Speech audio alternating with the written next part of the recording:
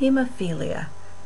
This is a deficiency of one of the clotting factors. The most common one is factor VIII, but if you remember that clotting cascade and all the different factors involved, this is almost always males, and it's an X-linked recessive trait, which means it's on the XY, it's on that extra leg of the X, so it's passed on by moms to their sons. The moms get it from their father and then pass it on to their sons, and that's about 80% of the time it's transmitted that way.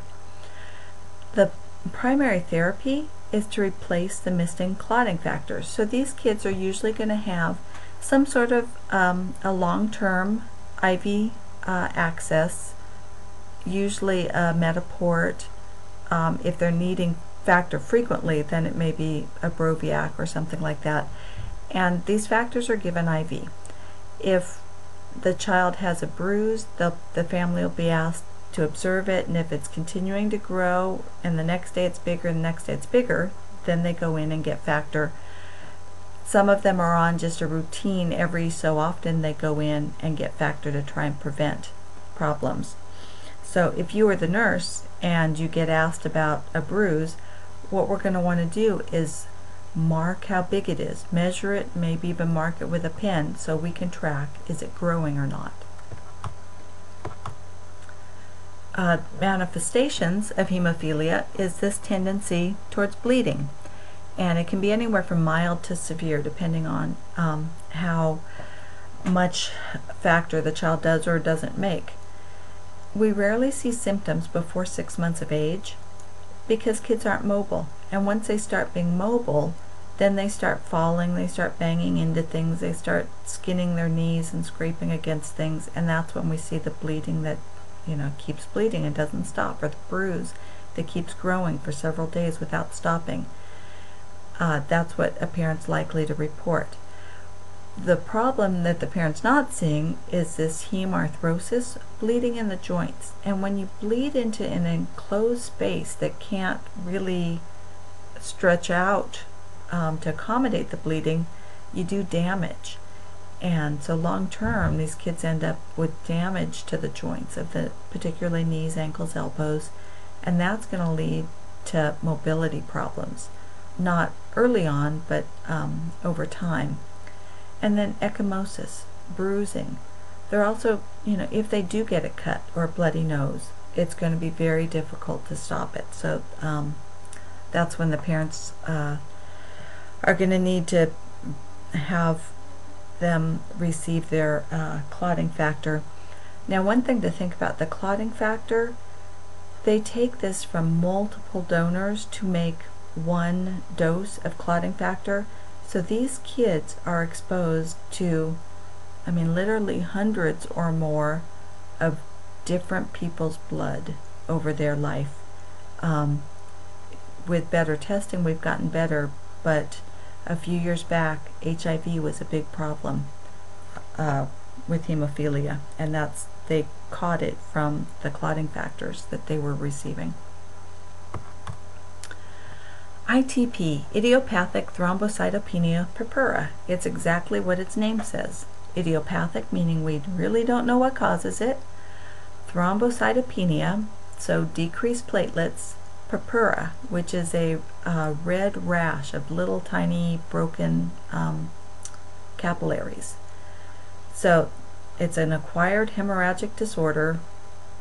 Don't usually know what causes it, but it just happens, of excessive platelet destruction, thrombocytopenia, and that causes that purpura rash. Now, they used to always do a bone marrow aspirate to make sure it wasn't a leukemia.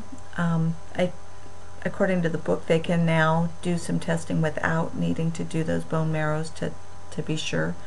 But that is one way. If they do a bone marrow, the marrow still looks normal. Or there may be an increased number of immature platelets because your body's trying to reproduce those broken platelets, and eosinophils, which is the white cells that we see in allergic or autoimmune disorders. There is a question that this could be some sort of an autoimmune response because it often happens after an illness, so it could be related to the antigens from a disease.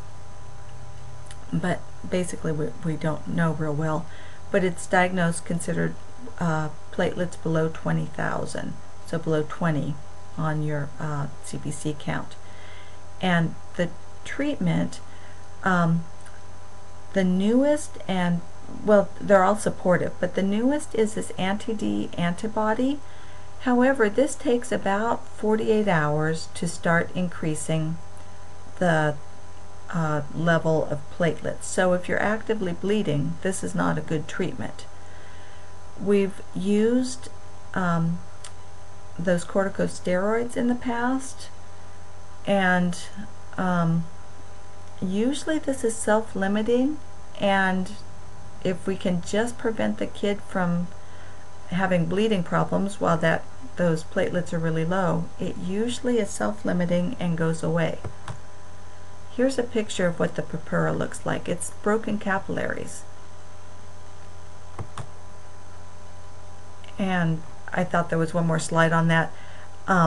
If it doesn't resolve within a year, then a lot of times we'll take out the spleen, and that usually is kind of a final treatment, and it resolves it if it doesn't resolve on its own. Now on to DIC, disseminated intravascular coagulation. This you have probably seen up in Peds ICU. If those kids you walk by who have a whole lot of different pumps going all at once, many of them are in septic shock and DIC. DIC itself often is kind of a complication of something else going on. So it's a disorder of coagulation, and it occurs as a complication of numerous other pathologic processes, including hypoxia, acidosis, and shock. So often these are kids who have systemic sepsis, they've gone into septic shock,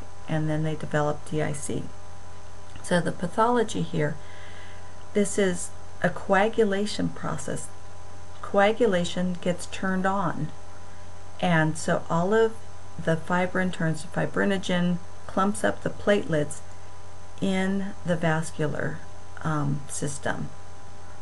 So now we've got these little fibrin clumps that block up our microcirculation. We've also used up all our platelets and much of our clotting factors. Your body then causes this fibrinolysis. It tries to break down those little fibrin clumps, and this is where it uses up all the clotting factors. Before it uses up the platelets, now it's going to use up the clotting factors trying to get rid of those platelet clumps. And so you end up with plugged up microcirculation. And obviously you plug up that microcirculation, you get hypoxia and cell death beyond it. And in the second stage, we've used up clotting factors as well as platelets. These kids are prone to bleeding. If they need to clot, they can't. So something triggers it, and we get this intrinsic coagulation.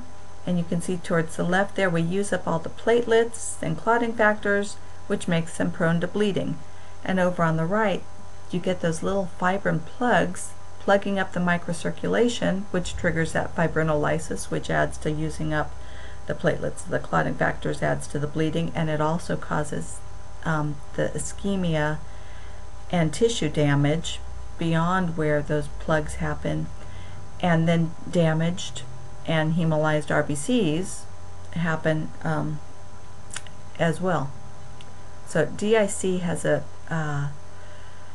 very high mortality rate.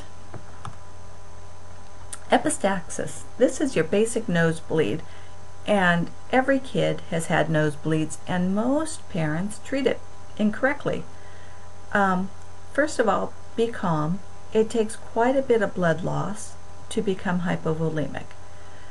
Rarely can you, I mean, you can occasionally, but a normal bloody nose, you're not going to lose that much. So stay calm. What we want the kid to do is sit up and actually lean forward a little bit. When we lean them back or tip their head back, remember that nasopharynx goes right down into the oropharynx, and the bleeding continues down the throat. So if we lean them forward a little bit so the blood's wanting to run forward, we have much more effective pinching. Most of the time it is out towards the front of the nose, so as long as we're pinching fairly strongly and keeping them lean forward so we're not just encouraging that bleeding back, and pinch long enough. It can take up to 10 minutes of pinching. If that doesn't do it, they may need to go into the doctor where they'll actually pack it. One of the problems with packing it though is then pulling that packing out, you can break off the clot that's the scab there that starts the bleeding up again. But if it doesn't stop any other way, they may need to pack it. They'll occasionally cauterize it as well if you have a vessel that's recurrently causing the same bleeding problems. Okay, we're moving on to leukemias. This is the most common malignancy that we see in kids. It's a malignancy of the bone marrow and the lymphatic system.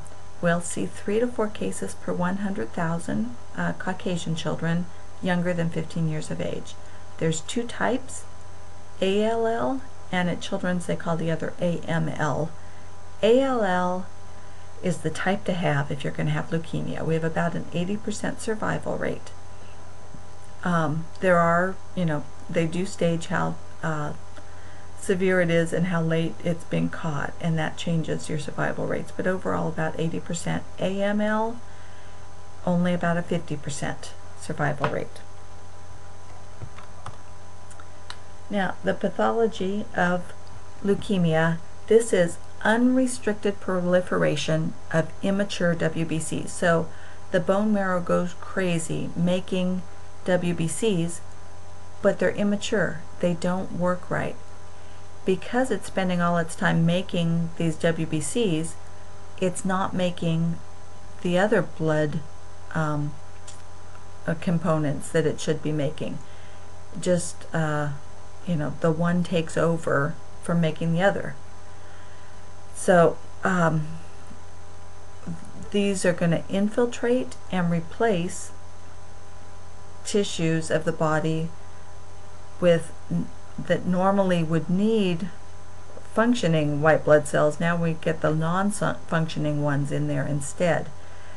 Cellular destruction takes place because of this infiltration, and then also competition for the metabolic elements. That's what leads to anemia, because we don't make the other things, and we get infection because we don't have enough functioning white cells, and we get bleeding because we don't have enough platelets. Here's a graphic representation. Now the diagnosis, on the CBC we're going to see lots of immature leukocytes, your white cells, and probably low on everything else. To really make a definitive diagnosis, we have to do a bone marrow aspirate, and that's actually putting a needle into the bone marrow and drawing it out and looking at it. Then they'll also do a lumbar puncture to see if the CNS has become involved, the central nervous system. I think that's a good place to stop.